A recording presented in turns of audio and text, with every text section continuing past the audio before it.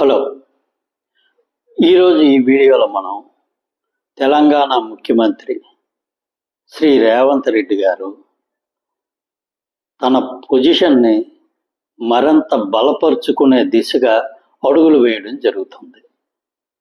దీనికి సంబంధించి ఆయన చాలా లౌక్యంగా ప్రజల నుంచి ఏ విధమైన వ్యతిరేకత లేకుండా నిర్ణయాలు తీసుకోవడానికి ఎక్కువ ప్రాధాన్యత ఇవ్వడం జరుగుతుంది. దీనికి సంబంధించి ఒక రెండు ముఖ్య విషయాల గురించి మనం ఈ వీడియోలో చర్చించుకుందాం. ఇంతవరకు ఈ ఛానల్ సబ్స్క్రైబ్ చేసుకోకపోతే ప్లీజ్ ఈ ఛానల్ సబ్స్క్రైబ్ చేసుకోండి. ఈ ఛానల్ అభివృద్ధికి మీ వంతు సహకారం అందిస్తారని ఆశిస్తున్నాం.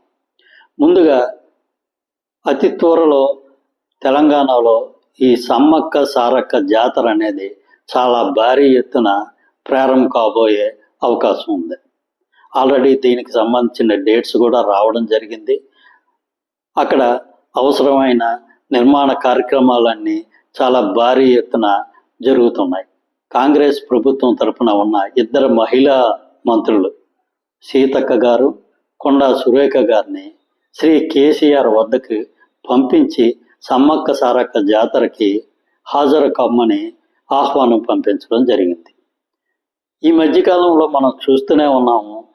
ఈరోజు అధికారంలో ఉన్న పార్టీ, ప్రతిపక్ష పార్టీ ఇద్దరి మధ్య ఏదో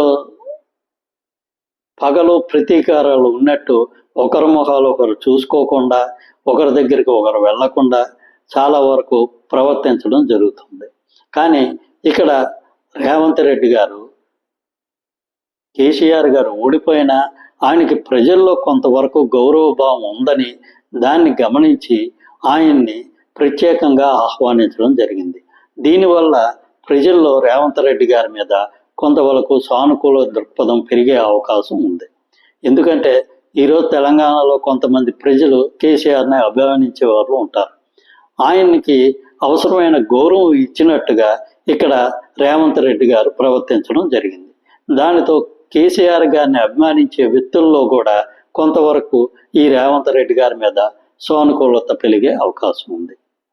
ఇక రెండో విషయం, ఈ మధ్య ఆంధ్రప్రదేశ్కి తెలంగాణకి మధ్య ఈ పోలవరం, నల్లమల సాగర్ ప్రాజెక్టులకు సంబంధించి కొంతవరకు వాదోపవాదాలు జరుగుతూ ఉన్నాయి.